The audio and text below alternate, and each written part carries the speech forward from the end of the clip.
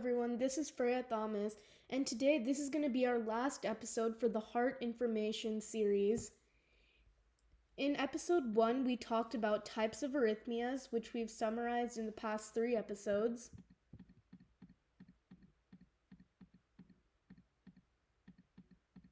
In episode 2, we covered parts of the heart.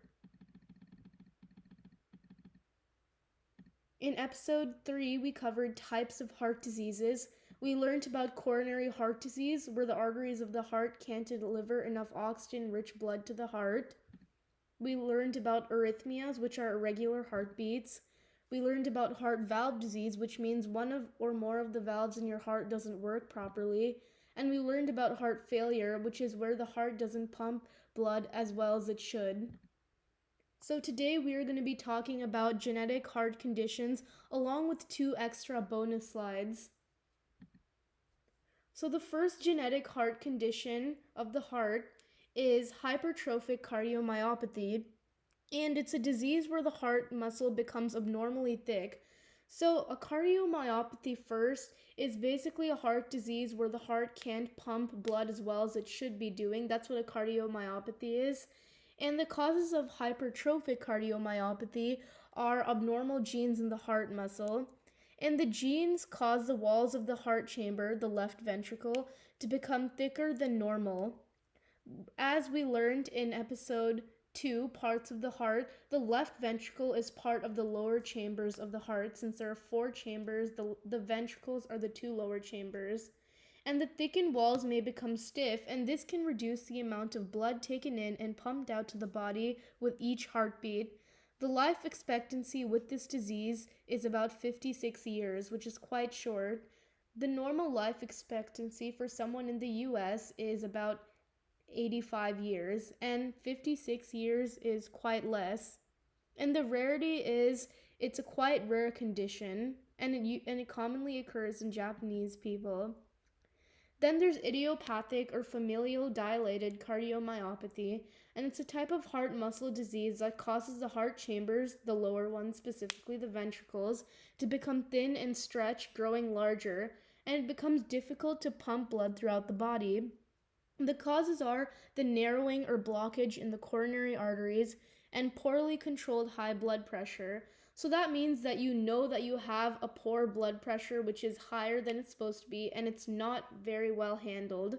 And the life expectancy is about 5 years after the diagnosis, which is quite short. And the rarity is 1 in 2,500 individuals. Then there's arrhythmogenic right ventricular cardiomyopathy, and it's a form of heart disease that usually appears in adulthood, and it's a disorder of the myocardium, which is the muscular wall of the heart. And the causes are it can result from mutations in at least 13 genes. And this condition causes the part of the myocardium to break down over time, increasing the risk of abnormal heartbeat, an arrhythmia, and a sudden death. And the rarity is 1 in 5,000 people, which is the rarest condition we've so far talked about. Then there's restrictive cardiomyopathy, and it's a condition where the chambers of the heart become stiff over time, in return causing the heart to not be able to pump blood effectively.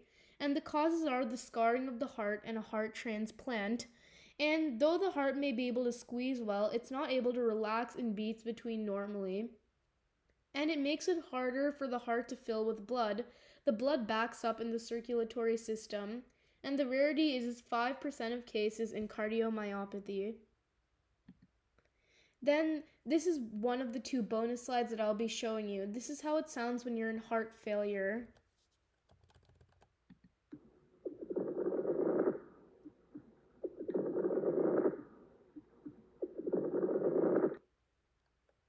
Okay, so that's how it sounds if you're in heart failure.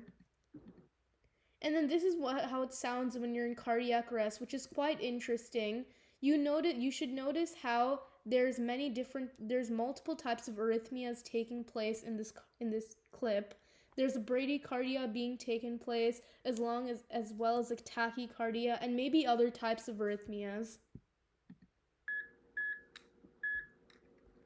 And before you continue watching this clip, the normal heart rate is between 60 to 100 BPM, just in case you forgot. And in this clip, you'll see The heart will beat lower than 60 BPM and higher constantly, which is unhealthy.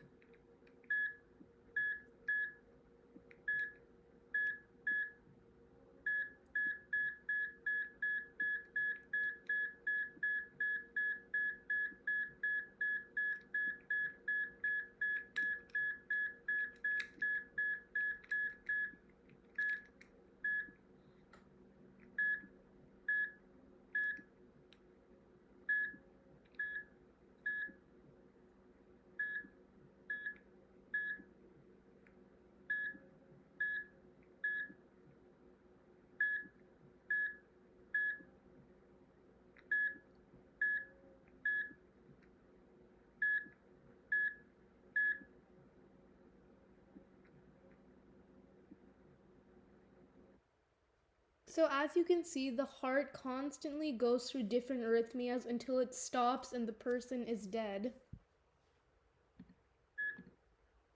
Okay, then there's also a pacemaker. This is another additional piece of information.